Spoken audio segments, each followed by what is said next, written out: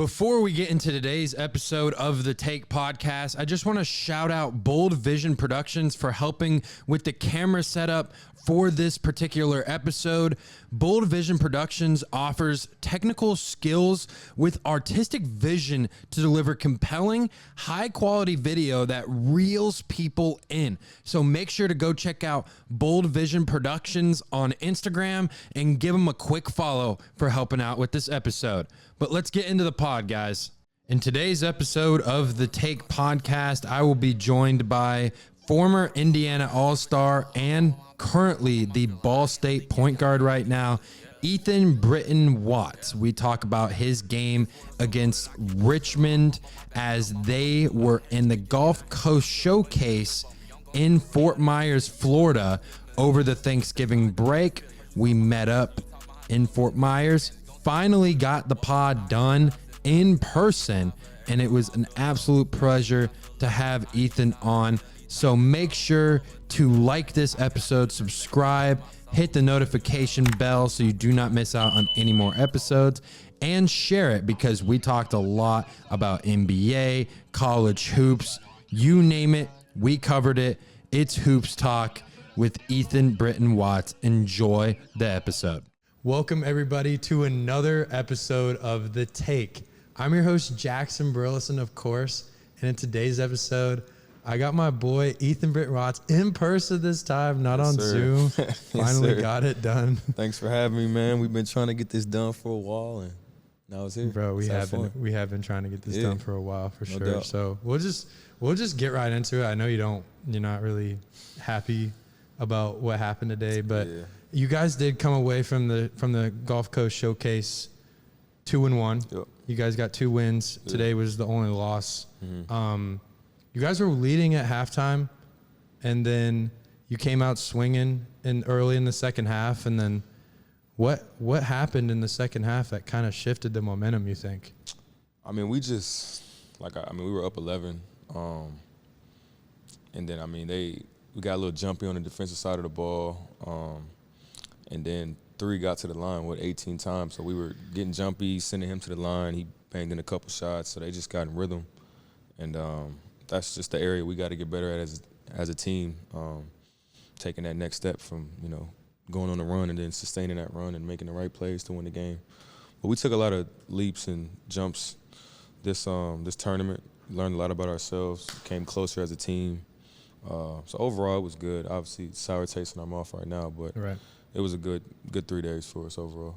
What was the game plan going in against a team like Richmond, which they're going to play hard and they're going to be physical down low as well? Yeah, they're not shooting the ball great right now. They shot the ball great tonight, but coming into the game, they weren't shooting the ball great. So we wanted to go under, kind of keep everything in front. They got really fast guards that like to get in the paint. So that was the game plan, and, they hit a bunch of shots, and we tried to adjust. They made a run, we made a run. And then we just couldn't sustain it. But it was a great game plan going in. We just got to be able to, follow it for 40 minutes. Right. And that's what we're getting better at as a team. I've kind of noticed that. I watched you guys play Indiana State and then also Dayton. Yep. The start wasn't exactly the same with this game than it was at Dayton. But when you guys do get off to fast starts, I noticed, the confidence is there. Yeah. And I saw that in the first half, and you guys were hitting threes. Everyone was getting involved. You were passing the ball, moving the ball, which I saw, against Dayton. I felt correct me if I'm wrong, but the ball moving out without the ball was kind of hard against defense like that. What was the difference between now and that game with the ball movement? I just noticed it a lot more. I think it's just we got a couple more games under our belt since then. A couple more practices, guys are kind of finding their roles. Just getting more comfortable being on the floor with each other. We've switched a couple rotations here and there. So it's early, right? We're still trying to figure everything out. But I think this week, guys just were able to kind of see where they fit, find their role a little bit more, and just kind of play basketball. And that's what we tried to do. But defensively, they cause a lot of problems because they just switch everything. So they're sitting the guy in the paint. Right. And they're just, switching 1 through 4, a lot of point and switching. So, we were in an offense that is a lot of, cuts to the rim trying to get ball screens, but they're weak in the ball screen. So it was just not anything we haven't seen, but they're just, they were sound defensively, and we didn't hit the shots that we usually hit. But, yeah, I mean, Dayton and Richmond are two different teams. Right, yeah. Dayton's, like, really trying to speed you up in the front court to kind of play off the transition and you turn over the ball. That's where a lot of the points come. And they can score in the half court, but they really want to, heat you up and kind of speed you up that way, score points that way. And Richmond, they were just super solid. They kind of took what we gave them. If we were going to go under, they were going to take the time, hit shots. They had a good game plan, so yeah. I felt the momentum, like because you guys were coming out hitting threes, yeah, and then they were hitting threes, mm-hmm. and I felt like biggest difference is the free throws for you guys. Yeah, we 9 for 20 from the line, and we left a lot of points at the line, and that's up until these 3 games, that was probably the best thing we did offensively. Right, that was probably your strength. Get to the line. Noticed, for sure. So yeah, I mean, we just gotta, shoot with confidence and just like we're in practice every day, shooting free throws, just line them up and knock them in. But that I'm not too worried about that. Defensively, we got to continue to get a lot better, and a lot of that's on me tonight. That was my matchup. So. So you think defensively, what do you think you could have done better defensively?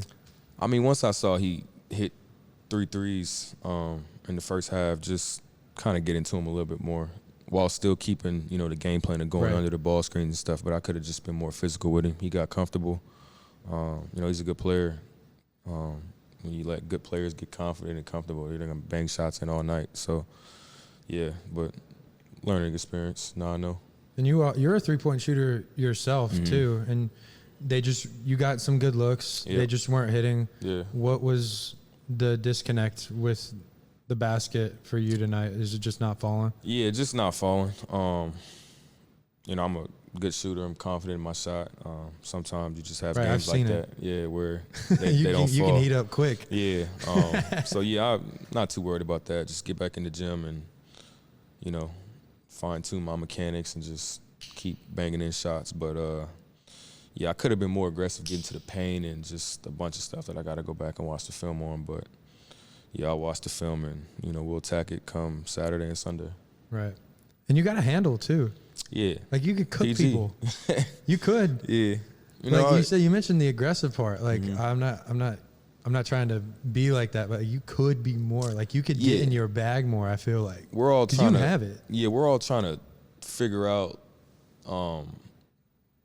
continue to figure out the chemistry piece of it and just, like, everyone's role in the team. Obviously, right now, like, Fat's doing a lot for us offensively. Right.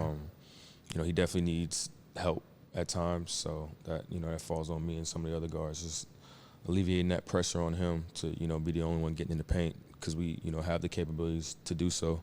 But, I mean, you got to ride the hot hand when you're riding the hot hand. He's been a killer. He's been a killer, so can't nobody guard him. So, play off him until they stop it and then adjust. I'm going to ask you about that dunk real quick because I've been dying to ask you. What was your reaction in person? Man, first? What was your reaction? I froze. Like, I don't know if you see, like, the clip. Yeah, we'll put it up. The crowd was into it. Were you going to be able to stay locked in against a Ball State team who you know that you're better than? Oh, my goodness. I'm cutting through. I'm cutting under the basket. I kind of, like, turn to my peripheral, and he's already in the air. And by the time he dunks it, it goes silent in the crowd. Like, I mean, the crowd gasped, but it was silent. And I just was like, and just ran over to him, bumped him, and was just like, all right, bro. Like, it didn't really hit me until, like, after the game. Like, yo, I'm looking at him like, yo, you got some of the craziest bounce I'd ever been on the court to see, in person. I've seen a bunch of dunks on YouTube and stuff, but yeah, that was one of the craziest dunks I've ever seen live. When did the whole team, when did he find out it was on SportsCenter Top 10? The next day. I mean, you kind of know, right? You kind of knew. The commentators were already saying, they're like, that you're going to be seeing that on SportsCenter for days. I'm like, okay, I already knew that. We were in the group chat, like Fat SportsCenter Top 10. Like, it's going to happen. And the next day, Ball State posted it, and we were all just like, yeah, for sure. But I wasn't surprised because he does that stuff. Actually, he does crazier stuff in practice. So, like, what's the craziest thing you've seen him do in practice? Just trying stuff. Effortlessly doing a East Bay dunk. Throw it behind his back, bounce it, catch it behind his back, dunk. Just like, I'm talking like John Morant. Okay, so he can do 360s. Yeah, no, he could do a lot more than what you see in game. He's a hooper, so like he ain't finna, unless the time calls for it, he's not just about to go out there in East Bay, but he can put anybody on a poster. So, but nah, he does crazy stuff just for fun. My God, bro. Yeah, when I saw that, bro, I was like, hold on, let me rewind the television, please, because I don't think I just saw what I just saw. Bro, I was in the game, and I watched it back 2-3 times when I watched film after already seeing it on Sports in the Top 10. Like, it's probably all a blur when you're, like, in the moment, too. You probably are like, yeah, especially that game, too. In. Right, because we, trying to make a run, and that kind of jump-started our run there. But nah, super, super athlete. That's a tough team, too. Mm-hmm. And we're going to circle back around the date, and you guys – your next 5 games before conference, you got SIU, Bellarmine, Evansville, Anderson. You got 2 on the road, or 4 games, and you got 2 at home. And then January 4th, conference play starts. So in those 4 games, how is coach and everybody trying to prepare you for conference that is coming up? Well, we don't know yet until we get there. But being in college basketball for as long as I have been, I know, like, you want to be playing your best basketball in March. So, right. And this tournament was a great precursor to, like, what our MAC tournament will be. You got to win 3 games in 3 days to win the whole thing. So just trying to take steps day by day and focusing on not being the best right now, not peaking in November, December, January, but, peaking when you're supposed to peak. So, yeah, we'll have some tough games at home, and we need that because we just dropped 2 tough games at home. So just to build our confidence back up at home and protect our home floor, it'll be good for us. Yeah, protecting the home floors, I mean, that's your territory. Essential. So, like, if you can't win on the road, you always got somewhere to go back to because, I mean, you're always going to be playing in hostile environments and things like that, especially in the MAC when it is conference play and the games do mean a little bit more. I'm not saying they don't mean more early in the season, but they have a little more weight to it when it comes to the end of the year. Yeah, for sure. But, so I don't know if you've been paying attention to the Maui Invitational. Yeah, I've been watching it a little bit. Our schedule's been crazy, so, like, I haven't been able to finish. I don't think I finished 1 game, but I watched the Iowa State and Auburn game. Okay, I'm going to ask you. Yeah. So which comeback was crazier in your opinion? Because Auburn won the game against Iowa State. They trailed by 18 at halftime. Or North Carolina trailing by 21 and then coming back against Dayton. Which one was crazier to you? I'd have to say the Iowa State game because, like, I watched Auburn do that. I fell asleep on the North Carolina game. I woke up the next day and heard that news. But just, like, the shot making, bro, like, they were hitting some tough shots. And then that's one of the most common ways you lose a basketball game, right? On a tip-in, on a rebound. They just didn't box up. Yeah. I mean, that's what happens. Like when you don't find somebody to just put a body on them. I mean, anyone can go up at any moment and get the ball. And he cramped right after that, which was wild. But, like, all of those guys were just, like, the last stretch of the game, they were all playing with, like, ultra confidence, shooting the ball whenever they like, just pulling up from everywhere. And it's crazy because to see, like, how good their chemistry is with all that just happened in Auburn's program recently. But they're still a good team. They still they got a good culture. Great coach. Bruce Pearl's a great coach. He's been doing his thing for years, man. Yeah, for years. Sure. For sure. And he brought that program up because they weren't always a perennial powerhouse. And you could go down the whole SEC with a bunch of schools like that. Like Alabama wasn't really a perennial basketball school. Still not. I mean, they're good. Football school. I mean, they're good, but that's a football school. Yeah, it's a football school. But they got a squad there right now. They do. And the shocking thing to me was seeing, speaking of programs, UConn lost twice to 2 unranked teams. Not worried about UConn. You're not worried about that? No. When you win 2 national championships back to back, you can struggle a little bit in November. Like, I'm sure Dan Hurley's not happy, just like we're not happy about this he's loss. not. Have you seen how mad he's been at the refs? I've seen bro? it. I've seen They've it. been like saying like And the crazy- he's yelling all the time. That game was like supposedly like 8 a.m. Eastern time or like 9, 10 a.m. super early, and he's like I don't know how he's got the energy screaming for at the that, refs like 10 a.m. But nah, I ain't worried about UConn, bro. They'll be fine. They just got a winning culture, and you know it's early right now, so I don't even think teams are not even 10 games in yet. So No. yeah, it's early. What do you? I know it's early, but like, what does it say about teams like Dayton and Memphis to be able to compete with teams like that? And Memphis beat a team of UConn's caliber, and they're not in a Power 4 conference. Yeah, I mean, with Dayton, they'll end the year in the top 25 just by watching them play, playing against them. Like, that's a really good team, a really good culture with a really good coach. They play super well together. They got, like, everything you need as a basketball team. So they'll be top 25, in my opinion. But what was the other question? I can't remember what I asked you. I think it was yeah. I think we both spaced, Yeah, bro. based on that. No, it was teams Memphis. teams like Dayton and Yeah. Memphis being good. Yeah. Like, what is that? Because Memphis is, I mean, they got Penny Hardaway as their Yeah. coach, so like they got an NBA player who knows how to win, and he's brought that program up. He's had some good players come out of Yeah. there as well. Good recruiting class too. They got a team. So like, what does it mean for them also getting a win early? I think it just builds confidence. You don't want to put too much pressure on yourself in November. You don't Right. want to add, you don't want to get too full of yourself by winning games in November because you know it's a long season. But it just gives the guys confidence to know that we can compete on the biggest stage, execute in the biggest moments. So now later on in the season, when they're in those same type situations, they'll execute if they didn't.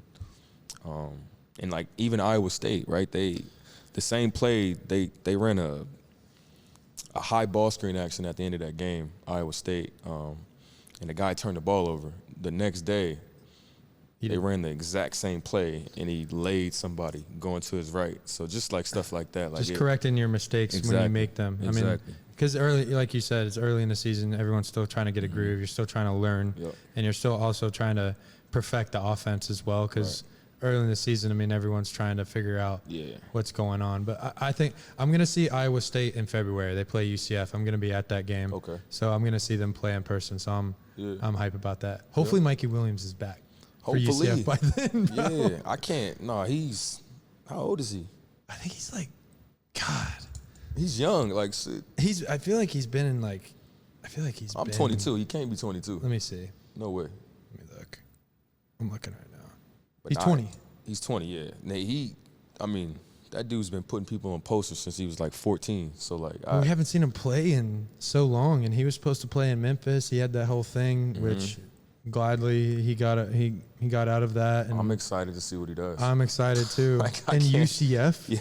like, I mean, are you kidding me? Man. Out of all the places you could have went to, that's where you go. Hey, Like they got some transfers. Like they got a lot of new guys over there. one of the guys that transferred from Ball State, Jalen Sellers, he went there last year and was one of the best players, if not the best player on the team.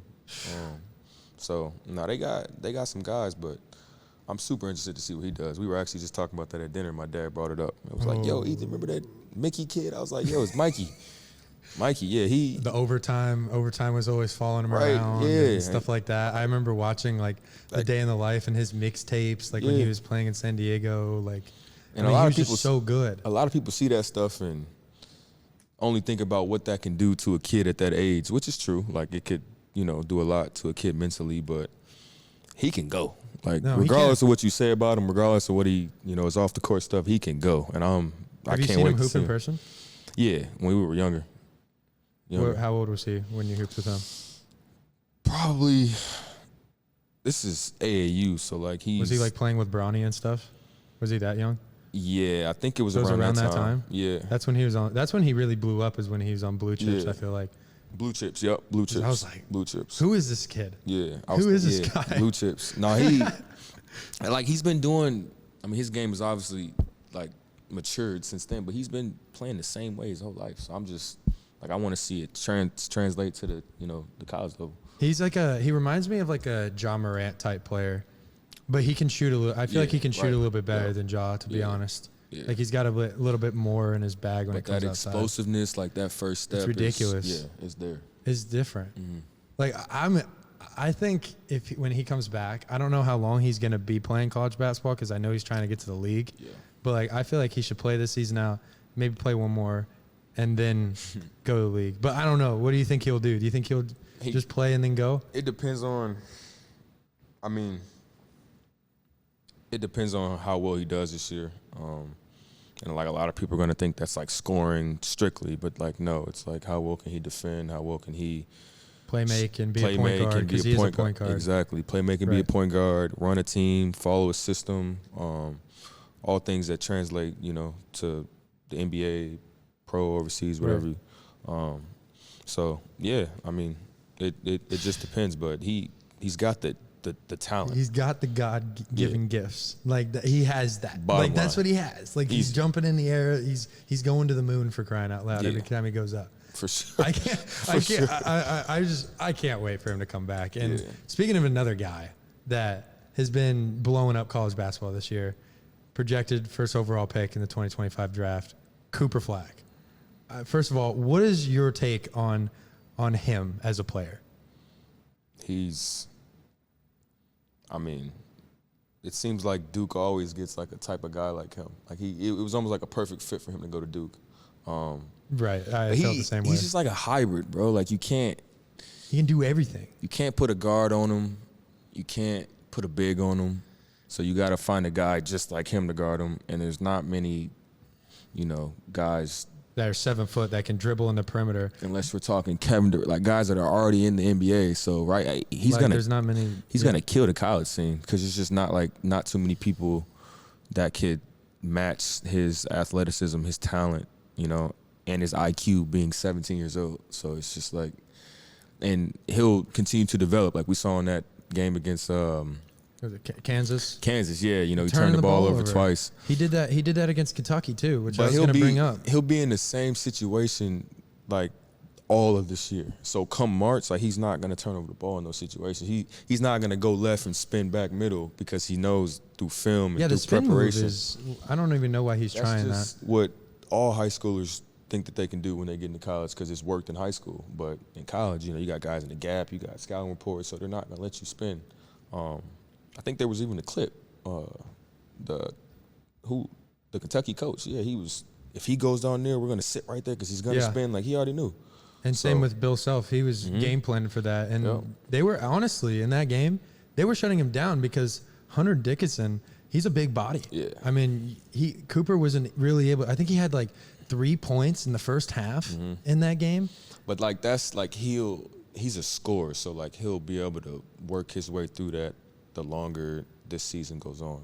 His 3-point shot needs a little bit of work. Shooting 22% from three, I mean, and you're the projected first overall pick. I mean, the NBA it's a 3-point game, and it's also college is a 3-point game as well. I mean, it is inside as well, but like it's still like everything starts from the three. Yeah. Like that's where your offense is generated. And him to not shoot the ball that great, I know it's early in the season, but like that's something he needs to get more consistent of. I like his talent.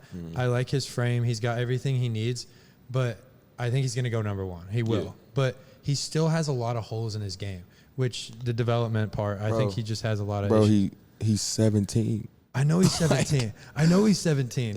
That's where the development comes in. He's got so much time. Like, he's going to develop all this year at Duke, and then projected number one pick, say he goes number one, they're gonna give him time to develop. They're gonna make him into the guy that he could be in the league. That's as long as he goes to the right team that has a really good development program, which most. What would be the worst team for him to go to? You think he gets drafted anyway? I don't even want to name names. Just any team that he's gonna have to be called on to average 25 his rookie year and lead this a team like the Wizards, or like the Rockets, or I don't think the Rockets are gonna be bad enough. You know what? I would like to see to go to the Hornets. Him and LaMelo. Wouldn't that be nasty? It's just a bunch of. They're not too. I think he has a winning pedigree. Like, I think he really cares about winning. So, like, you don't really get to control that, being a first-round pick. But right. I don't think. And when you're the first pick, too, you're usually going to the worst team. Right. I don't think he I don't think that's a good fit because he's not going to win a lot of games there. I don't, like. You don't think so? Because they got Brandon Miller there, too. They're starting to develop really some seen younger them, pieces. I haven't, but who have they developed? Like, Brandon Miller was Brandon Miller that we see right now Probably in college. Miles Bridges and LaMelo. Those are the only guys I can think of. They haven't. LaMelo was LaMelo Ball. But he wasn't averaging 30 like he is this year. I mean, he wasn't averaging 30, but He was still good. You can. The same move that he just did that's trending right now on Twitter, you could go back to his Chino Hill highlights Yeah, and see that's the true. The exact 91-point game. Right. So you don't see any development in the Hornets player development for him, I guess. You just think he's just that good. I think he's that good. Any team that he's going to go to, he'll be able to develop. And, yeah, I think he's just that good. I mean, he is that good, bro. Yeah. Have you seen and his like last three games? his turnovers right now at the end of the game, the low IQ at the end, like it's just because he's a freshman. He's 17, and he's not used to being the number one. In those moments, too. Yeah, in those moments, and like the number one person on the scouting report to shut down, to not let him go right, spin back left. Like people know his game. And playing against a team like Kansas, you got a lot of polished. Playing against a coach like Bill Self, like, he's not going to let you just get to your spots to win a game. Right. Now he knows that, so he'll be able to adjust. I like. Did you see the Hunter Dickinson kick? So he got fouled, and then they both landed, and he kicked him. Yeah. Bro, I'm telling That you, was hilarious, man. He got ejected for that. the NBA lets Draymond get away with it. Dude, they let him get away with more than that. He smacked 2 people this year. And He last does year, it all the time. Yeah, you think after what he did last year, everything, especially the first, I don't even think we're 20 games in. The first 20 games, just keep your hands off people, Draymond. Just keep your hands off. That's a tough thing to ask him to do, in my opinion. And I love Draymond. Like, I love his game. I love everything about what he does as a basketball player. But I can't call it. Like, I don't know why he can't stop punching people. I don't get it. Jordan Poole, Yeah. which is crazy because Jordan Poole was literally getting groomed by Steph Curry. Bro. He was supposed to in the Celtics series, he was arguably the best. He was arguably the second best player on that team. They were so good with him. Gosh, dude, he was so good. He was gonna be The second Splash Brother. They would have eventually traded Clay, and he would have still been there, and everything would have just been a lot easier. But I mean, they got a good, they got Buddy and yeah, they're doing surprisingly well this Jordan year. Poole on the Warriors just felt right. Yeah, like it did. It made sense. In 2022, things just felt a lot simpler. And they developed him so much when he came out of Michigan. Like the player he was. That's as a the rookie, development team. Right. Now he's obviously not going to go to the Warriors, but like that's a team that you send a guy there, for sure the Celtics are another team. They're going to develop their guys. Yeah, Celtics are into great all-around basketball players. Yeah, that's true. There's the Heat. I feel like are one of those teams as well. My favorite team, by the way. Just teams that these teams that he's not going to get drafted by. Talking about Cooper Flagg, but those are. He's projected to go to the Raptors. I don't know. What do you think? I don't know if everybody in the front office is still there when DeMar DeRozan was coming in the league, but that's a good development team. If they've you got look R.J. Barrett, they've DeMar, got Emmanuel Quickly, Scotty Barnes. Like what they're doing with him. Yeah, he's good. Yeah, he's an all package player. I mean, he can rebound, he can dribble the ball, he can shoot it. He can rebound. I played Scotty Barnes because he was on Nike Team Florida with Vernon Carey. So Vernon Carey was. They were in our pool for EYBL. So we played them a couple times. We played them in Dallas, and then we played them at Peach Jam, and we ended up beating them twice because they just didn't They had the name, they had all types of dudes on the team, but they just Scotty Barnes and Vernon Carey specifically. I would just remember them not playing hard, and that was just weird to me. But they were still probably bucketing everybody, right? Not as much as you would think. Really? Their athleticism showed up in the game when it needed to. Scotty would get a steal and go down there and dunk and flex, but it's just outside of that, you're not really out there playing hard. But when he got to Florida State, I saw this motor that I just have never seen before. Because when I kid you not, like when I was out there, he just looked like he didn't really care. Vernon carried the same way. When he got to Duke, I saw this motor. I'm like, man, where was this? But where was that? we beat him, so it was like cool. Y'all was on whatever y'all was on when we was playing y'all, and that was cool for us. But it was just shocking to see like how hard these dudes play. But that's college, bro. You learn how to play the game. Yeah. College is. I see what you're saying with Cooper Flagg. It's a learning experience, and I'm with you 100%. Yeah. He's going to be better in March. I think Duke's a young team as well. That they're not a young team, but their two best players are young. Yep. Con Kneppel and Cooper Flagg are both freshmen. And a guy like Mason Gillis too, with his experience, like he'll be able to string those guys along and keep them right mentally, and just let them know like there's ups and downs of college basketball season. He's played with another really good player, Jaden Ivey. So, like, there's ups and downs of being the best player on the team and, getting the other team's best defender on you every night, being the number one guy on the scouting report. So, they got old guys on that team that'll be able to, mentor him through that. So, that's why I ain't worried about him. Yeah, it's always early. Everyone like me likes to go, well, what is he doing? But and granted, like, nobody cares about his age. Nobody cares, right? Because he's playing just like everybody else is. But at the same time, like, we have to remember, like, he is 17. Yeah, he's young. He's young. He's very young. young. He's a young guy. That's what the NBA likes. We they shouldn't like even guys. be talking about, like, peak development right now, like, at all. No. Whatever you see from him right now, you should only be saying it can only get way better. Like, you see the flashes. You see what he can do. I mean, I don't even know. We saw that when he was practicing, like the clips that came out this summer when he was with the USA team. They were saying he could play on that team that made the Olympics. And people were saying that. And that's LeBron James, KD, Anthony Davis, giving him props and talking about how smart he is and how in control he looks, comfortable. Like, if the best players in the world are saying that, then we shouldn't be saying nothing. Just listen to them. Yeah, you're right. You're right on that. Yeah. So we'll go into NBA right now. So Cleveland Cavaliers, they started out 15-0. Donovan Mitchell. The three teams to start 15-0, they all made the finals, but only one of them won. So can the Cleveland Cavaliers be a threat to the Boston Celtics in the Eastern Conference? No. I agree. No. Boston's too good, bro. Like, what do they got? They got Jason Tatum, Jaylen Brown. They just got Porzingis back. Derek White is playing at an all-star level right now. And then let's not forget Drew Holiday, which, by the way, the Bucks regret trading him. Zero flaws in his game. None. I mean, they have he can guard 1 through 5 if he really wants to. He's a point guard. He's a point guard. 1 through 5. I cannot believe the Bucks traded him. Cannot believe it. When they won the finals in 2021, he was literally clamping Chris Paul and Devin Booker. You're talking about a guy being able to guard everybody? I mean, dude. The only explanation I can give you about that is the Bucks thought that they could just outscore people. Because you get a guy like Dame, you're expecting, like, okay, we're going to be the outscore guy. He's going to get 30, 40 a night. Which he did. He dropped 37 against my Heat. Right. Why did you have to do that?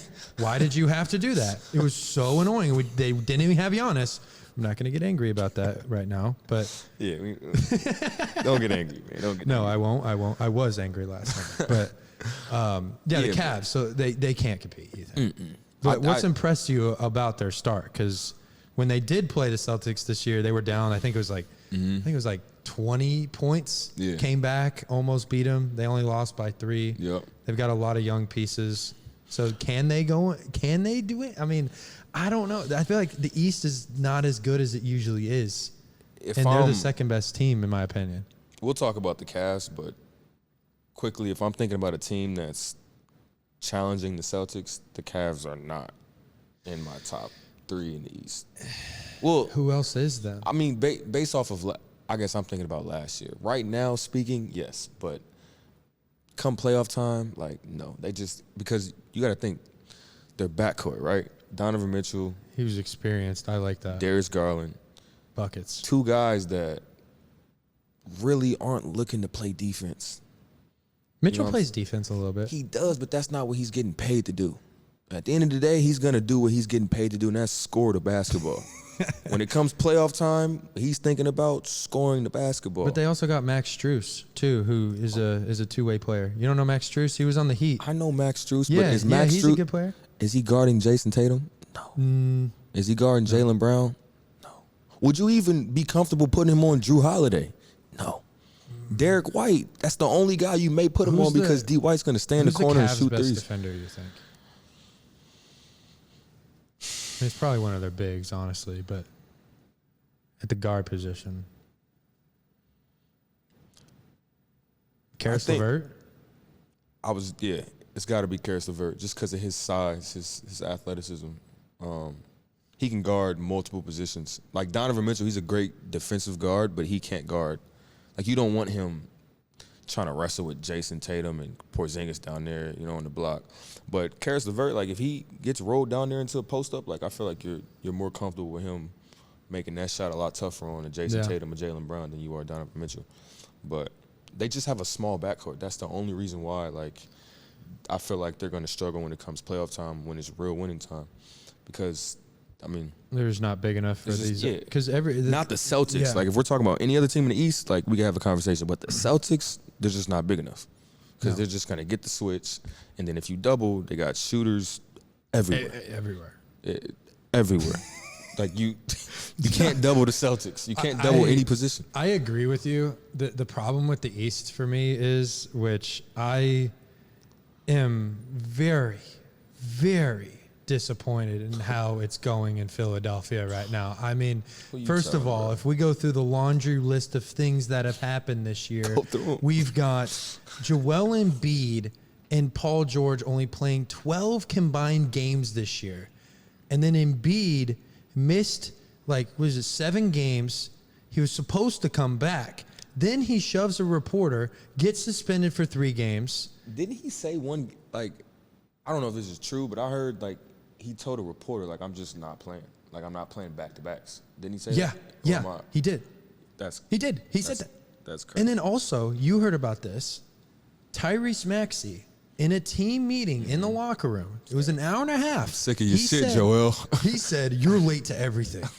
Bro, you just gave him $192 million this year. And shout out to Tyrese Maxey for saying that, because dudes like him need to hear that. Right. Because, bro. He's a young buck, too. And look, he's 24. I ain't in counting people's pockets. Joel Embiid should be getting paid what he's getting paid. But should he? He's never available. His talent, the NBA, talent-wise, what they think that he's going to be able to bring to them, the city of Philadelphia, based off of that, his trajectory, yes, give him the money. But what you're saying is a valid point, too. He hasn't played. He's been hurt. But that's why I'm saying shout out to Tyrese Maxey, because maybe that'll, if Can they turn it around? If your teammates are telling you that, it's not coming from the media. It's not coming from somebody you would just be like, yeah, he don't know basketball. Or it's not even coming from a family member, because, it's a bunch of noise. Friends. There's no outside noise that's coming from your teammate that watches you play and practice every day. It should mean something. Yep. They're friends. Literally, they're friends. Yeah. I don't even know. From your friend, a guy you would call a brother. It should mean something. Hopefully he plays. He's so good. Joel Embiid is so good at basketball. And the crazy part, he shoved the reporter because the reporter was questioning his professionalism, which then Maxey basically kind of put into question as well, essentially. So it kind of confirmed that point. And then Shams, who took Woj's spot, apparently Embiid was saying he was mad at the media for leaking it or something like that, or it wasn't a story that's supposed to be leaked. That's what PG was talking about. He was saying on his podcast, I don't even know how that story got leaked. Somebody was in there. It's that sources could be a told player. Him that. Yeah. That's what I heard. If it's coming from Sham, somebody in the locker room, a part of the team said something, and that's just a bigger problem in itself. You don't locker room talk, family business. You want to keep that in house, so that's a problem. I know the media world better now than I ever have, and I'm just gonna basically sugarcoat it. You can't. There's certain things that you can't report on. Yep. It's your obligation. Yep. It's like me being in your locker room and hearing something, and then writing an article about it. Yeah. And you'd be pissed. Off the record is off the record. What are you doing? Yeah. Right. But like at the same time, I mean, And then you just lose credibility like that. Like you want to be around the players, you want to be in the locker room. I don't know if it's credibility, it's trust.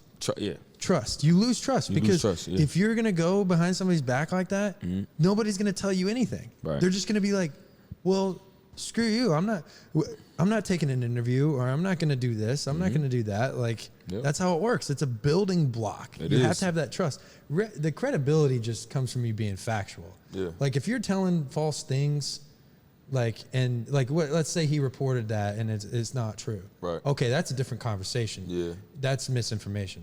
But since it's true, but it wasn't supposed to be, that's you're right. That's murky waters. Yeah, there. no, you're right. That's trust. Yeah, he may never see an NBA locker room again. I mean, it's Shams, so like he's got everything. Not him. I'm saying whoever leaked the information. Whoever the team source was. Yeah, I can 100% agree with you on that. He's out of there. But they're the second worst team in the NBA right now. They're 3-13. How can they turn this around? How? Paul George has been, and this is my favorite player, so I'm saying this with a heavy heart. He's been injury prone. If he's as injury prone as he's been in the last 3 to 5 years, and Joel Embiid the same, they're just not going to turn it around. You'll see a bunch of great games from Tyrese Maxey. He'll keep being him. There are other pieces to fill in, but their big three is just a big one right now.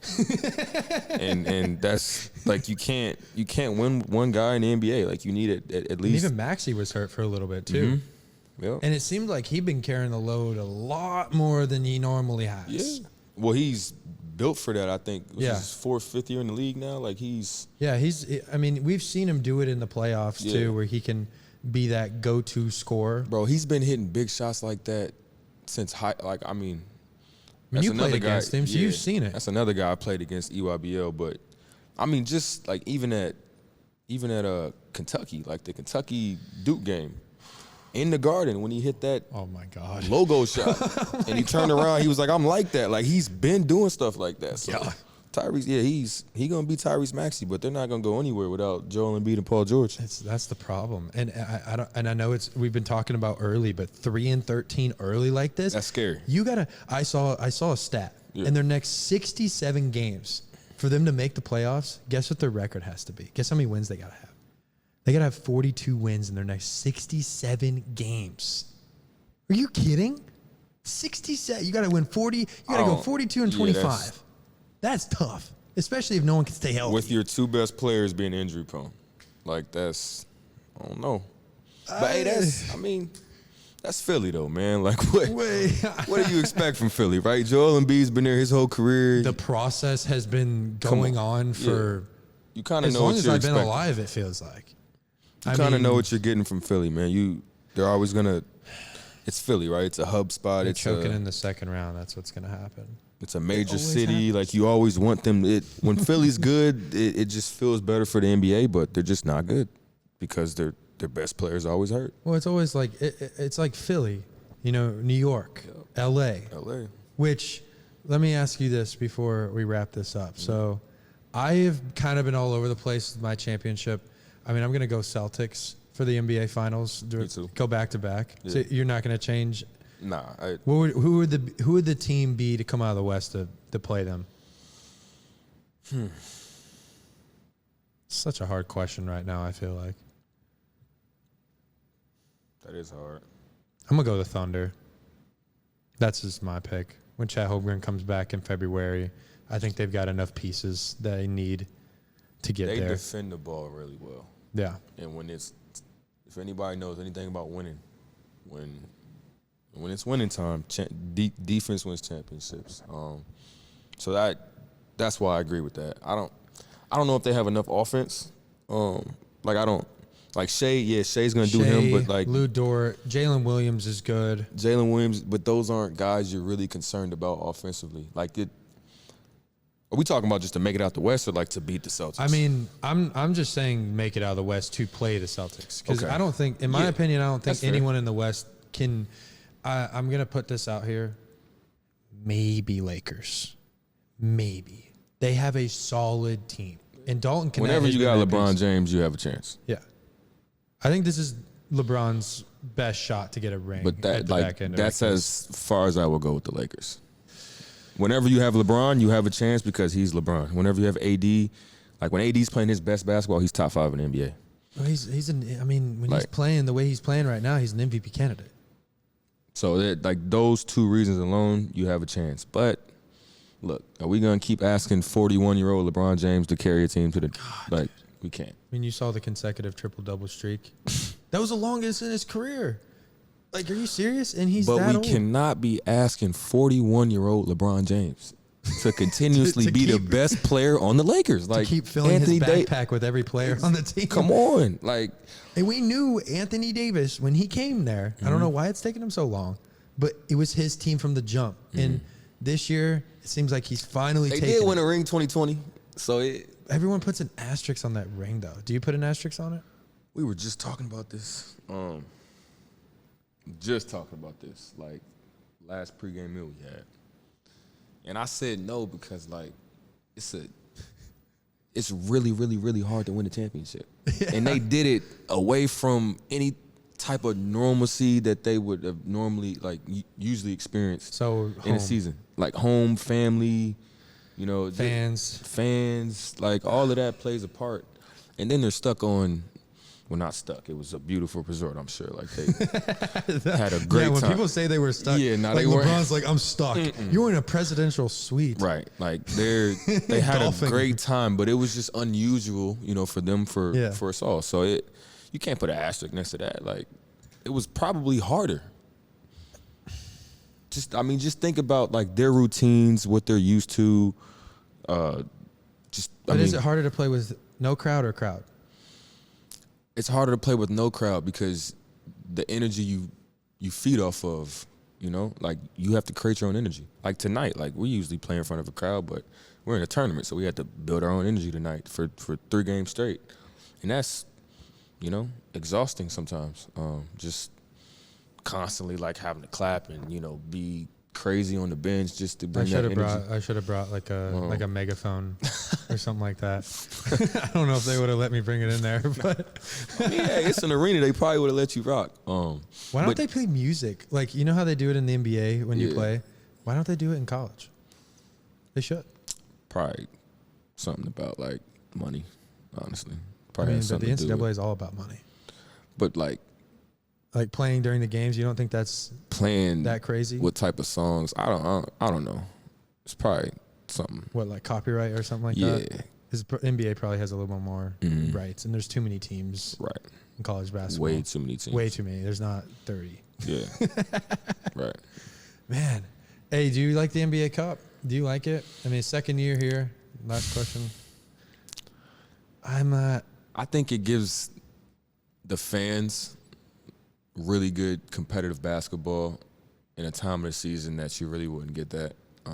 So from that standpoint, like, I think it's a good thing. But for the regular season, people are saying it's like makes the regular season early mean more, and then they're getting, like, whoever wins gets like a salary bonus, like $500K or something. Yeah, it's a lot. But that's as far as I'll go with it. Like, the popping champagne bottles after you win the championship, which is nuts. Which is nuts. And I know that no one's going to use it. In the GOAT debate, but if they start using it, LeBron's got a cup. Okay. He wouldn't even. I mean, well, I ain't speaking for Brian. Like, who's your GOAT? Kobe. Kobe's your GOAT? Yeah. Over Jordan? I mean, I ain't watched Jordan play. Like, Jordan, Jordan is in, like, a realm of its own. But after Jordan, it's biased opinion is Kobe. Do you think Kobe's better than LeBron? Biasly. Like, Kobe's my favorite player. Kobe's the person I watched the most when I was growing up. Now, it's hard to say anyone's better than LeBron James right now because he's got the most points ever. He's the best all-around player the game's ever seen. He's 41. I mean, his son's on his team. He's averaging the same amount of points that he was when his son was born, now. So it's just like it's hard to firmly say, that guy's better than LeBron. But and the Eras thing, too. I ain't worried about the Eras because LeBron could go and dominate in any era. I feel the same way about Like, MJ too. That's that to me, that shuts off the era, all these old people want to talk about, well, difference in the eras, you can't compare like, no, I mean, you can, but like at the same time, you can't compare apples and oranges. But if one guy or a handful of guys would dominate in the 60s, the 70s, the 80s, the 90s, it doesn't matter. Like, and LeBron, they were the best player for their time. Yes. So it's like I hate it because like it's discrediting. like people. Jordan would dominate. Yeah, in this league he'd average 50. Kobe would dominate in whatever league. Bron Right. would dominate. They're all-time KD would greats. dominate. Like, Bill Russell would probably still average 20 rebounds. I mean, he was getting every rebound, dude. 20 rebounds, yeah, okay. I don't know what else he's doing out there because That was his game, basically. the speed of the game and all of that's kind of different. But He shout out to Bill he was Russell. a faster big. Yeah, He was like 6'8". what's fast at that time though? I mean, Wilt Compared was to- running track, and he was keeping up with Wilt. That's fair. I didn't even know that. You just put me on. Just put me on game. I didn't even know he that. was running track. That's fair. That man was doing crazy stuff. Yeah, I mean, but You always got to respect the people who, like, I guess, built the game up too. Cause yeah, like, no doubt. Just talking about that specific conversation though, that I would never disrespect Bill Russell and all or the Dr. greats. J's Dr. too, because J. like without Yeah. Dr. J, there'd be no Jordan either. Right. Like, I mean, Dr. J kind of Larry Bird, Yeah. Magic, players like that. The influence that those type of players had on the next generations of basketball, like you can't argue that. Right. I mean, Larry But there Bird and are- Magic Johnson had an influence. Like, they were Right. literally the finals before they came into the league. Right. They were tape delayed, and then they're like, "Oh, well, we need these live now." Completely different impact, Yep. and everyone's had a different impact. Yeah. But LeBron's impact, I don't really. What kind of impact has he had on the game? Because you could argue Steph Curry's had more of an impact on the game than LeBron has. I think that's a really good question actually, because when you think of LeBron, you think of like everything he's done for the game of basketball, but I don't know. I can't pinpoint exactly the answer to that question right now. I mean, I guess I'd have to say just he's shown that being the best all-around player means something. It's not always all about points. It's not just about LeBron really knows the game. Right. His IQ really elevates him over amazing. everyone else. So smart. You know what I'm saying? So just from that view, he's changed the game. I don't think there's too many more people smarter than LeBron James playing the game of basketball that have played the game of basketball. But I mean, the impact on the younger generation, how offenses are played now, how defensive schemes, The switching and stuff like that. all the statistics that you pay attention to now, the three, all of that stuff, Steph Curry for sure. And that's why I believe when Steph puts the ball down, he's gonna be top 5. Now I don't want to discuss who that leaves out right now because Steph's still playing. We won't. We could talk about that when he retires. But I mean, just from what you're saying, his impact, how he the changes revolution. the of revolution the of the game. Yeah, That's important. so important. I Huge. mean, he literally made every single level of basketball a 3-point game. We've never seen that. When he did what he did at the Garden, and that's when we knew. 2014, running down the That's when court we, like that. That's when we knew, man. Miss Draymond was standing there like that. He just completely didn't even see Draymond. What, he had 50 in that game? 51, I think. That was the day that every kid went to the backyard and stopped shooting layups. And was let me take 10 steps back and just fire this thing. And then now we're here. So Yeah. It's so crazy. that's a good question though. Who's had more of an impact on the game of basketball? I mean, I would say Steph or has. Steph. What I'd has agree. LeBron done that's different? You gotta stop saying it like that. What has Well, LeBron done? LeBron's done a lot. Because I always have the debate with LeBron people who think he's the GOAT, and I'm an MJ guy, and it just kind of comes out sometimes. So that's No, I get that. My cousins are big LeBron fans, and He's great. We're talking about all-time greats here for crying out loud. I've grown to appreciate Bron's greatness over the years. Obviously, he used to kill my Pacers when we had Yes, he was on the Heat. One of the reasons I hate him is because he left. But when we had the best team that we've ever had outside PG, of Reggie David Miller, West, Roy Hibbert, Lance Stevenson, George Hill, Luis Scola. Chris Copeland. Jan Mahimi. That was a squad. Bro. That was a squad. They took them 7. Man. 7 in the conference finals in 2013. Now 2014 was a little bit of a different story. But they had home court that year. That was the thing that blew my mind. I was like, as a Heat fan, I was like, they might get us this year. Bro, I used to cry. Like, real anger. Like, you know, you so mad, you just start crying and just start shaking. Real tears, bro. Like, watching them games. God, it's so tough to see those Pacers teams. They've had so many good chances to just win, and they just haven't. And even last year, I mean, they had a great team, but they were just just outmatched. And I saw them play last week against the Magic. So that Celtics series came down to a few things in my mind. Like, if Tyrese doesn't dribble the ball off his leg, and if we can inbound the ball, yes, we may win that series. And I mean, like, the Celtics are as good. Like, the inbounding the ball was game 2, right? Yes. Yeah, that was the turning point in the series. Dribbled off his leg, we're up. Game 1, game 2. That was hard to watch. Can't get the ball. I wanted you guys to win that series so bad. I'm a Jason Tatum fan, so like I don't like Jason Tatum at all. What? You don't like JT? Not really. It's because I'm a Heat fan too. Okay, you gotta understand. There's no other Celtics rivalry. Okay. Yeah. There's no other reason why you don't like JT. It's literally because of that, and also like I'm not gonna lie. Like after the finals, when he kind of was trying to come up with every catchphrase that everyone said, I hated that.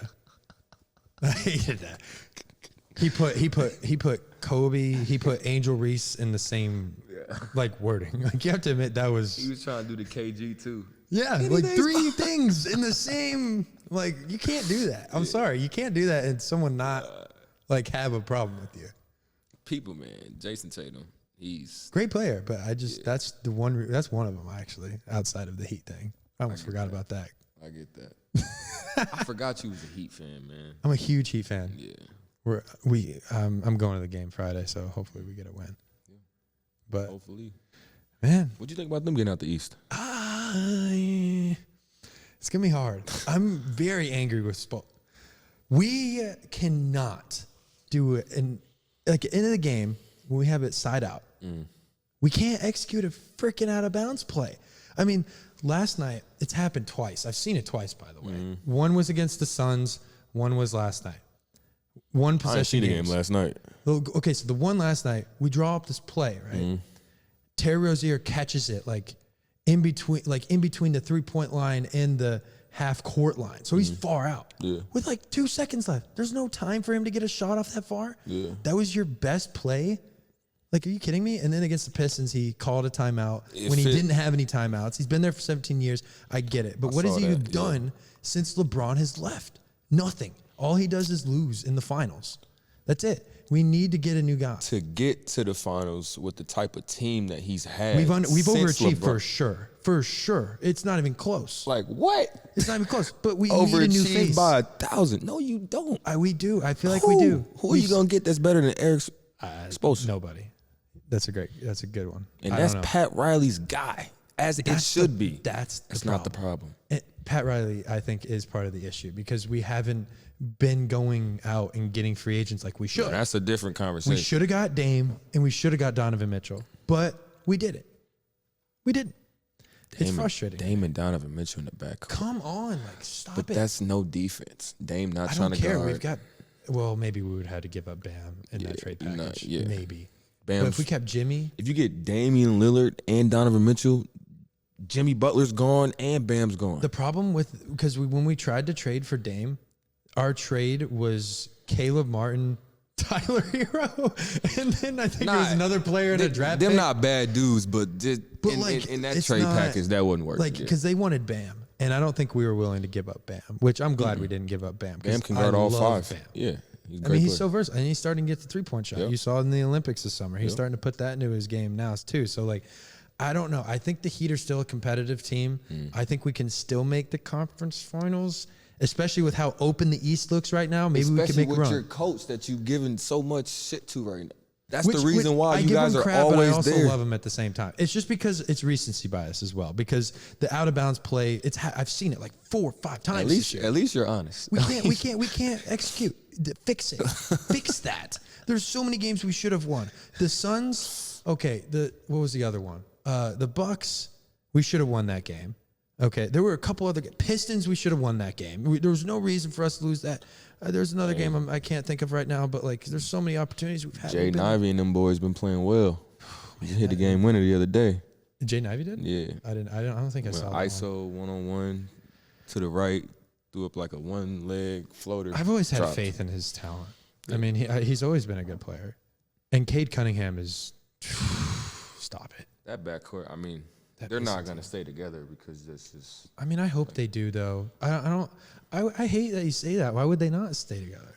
Because they're going to want to win, and they're not going to win in Detroit. So one of them's going to leave eventually. What, for the Probably money? Cade. No, for the opportunity. I think to Jaden's win. gonna get. I think Jaden will leave. Yeah, I think I could see Jaden eventually getting traded to like a contender. Yeah, And him like being a huge role I can see that. into a good team. Yeah, I can see think it. they'd be willing to give him up before they give up Cade. That's what I'm thinking. Not like because of anything that he's done wrong, but just because like The organization. the face of the franchise type stuff. But like, yeah. Yeah, the Pistons got a young, good team. I think they're definitely up and coming. They're going to be better. Maybe they can sneak into play-in this year. Yeah. I think they definitely can. With just there's so many young teams in That the East this playing, year. man, that's one of the best things that the NBA's done. You 'Cause actually like it. I think it just like it kind of makes it seem like a charity event, but like it just gives teams that you wouldn't normally see in the playoffs. But you're a only, chance to make you're only the playoffs. adding like what 4 teams? Yeah. But you have all 82 games to make the playoffs. So what's the point? You're not playing as hard as you're playing at the end of the season during those 82 But games. you should. But we all know how the NBA works. That's literally okay. If Then shorten the that was amount the of case, games, then the then. NBA Cup wouldn't be a thing. Like none of that. They Why just don't be they? Why playing don't hard. they shorten the amount of games if that's such a big problem? Because Making too much money with 82 games. I guess that's true. It's all a business, bro. Yeah, it is all a business. They not stopping nothing for that ever. As they shouldn't. Like the NBA, they're just not. That's why. No, they won't. Well, I think we're gonna wrap it up, bro. Yeah. I appreciate you for hopping having on, me, dude. dog. It's been Yeah. long overdue to get you in person. Facts. We've been Has doing it been. on Zoom the last couple times, but This was fun. I know we definitely talked about a lot more that we were supposed to, but I don't care. It's basketball. Yeah. So Love this it. is Ethan Brittain-Watts. Go ahead and check him out on Yes, sir. Instagram, and then I don't know what network you guys play on, like in your conference or whatever. Probably ESPN Plus is my guess. CBS too. CBS too. You guys got a couple of CBS games. Yeah, the when we get into conference play, our big games like Miami, Ohio, like rivalries and stuff, they'll be on CBS. I think your first conference game is Kent State. I looked at your schedule. Yeah, Kent. Yep. Yeah, Kent State. So Mm-hmm. that'll be a good one. I'm excited to see how you guys do Yeah. for the rest of the year. No doubt. But, man, I appreciate you hopping on. Go ahead and follow him. I put his stuff in the link in the bio. But I'm Jackson Burleson, of course. You've been listening to another episode of The Take. Go ahead, like this video, subscribe, hit the notification bell, and we're getting close to 1,000 guys. So let's try to get that by the end of the year. Come on, man. What y'all doing? How many cameras I got to look into? What y'all doing? Tap in. Yeah, we'll all look, but tap in. This is Ethan Brittain-Watts. Check him out. Dog. I appreciate you hopping on, Thank you, but man. we'll see you in the next episode. Peace out. Talk to me, baby. Talk to me nice. I'm from another world, baby, yeah. Broadway paradise. They think I'm way too cold, cause I put my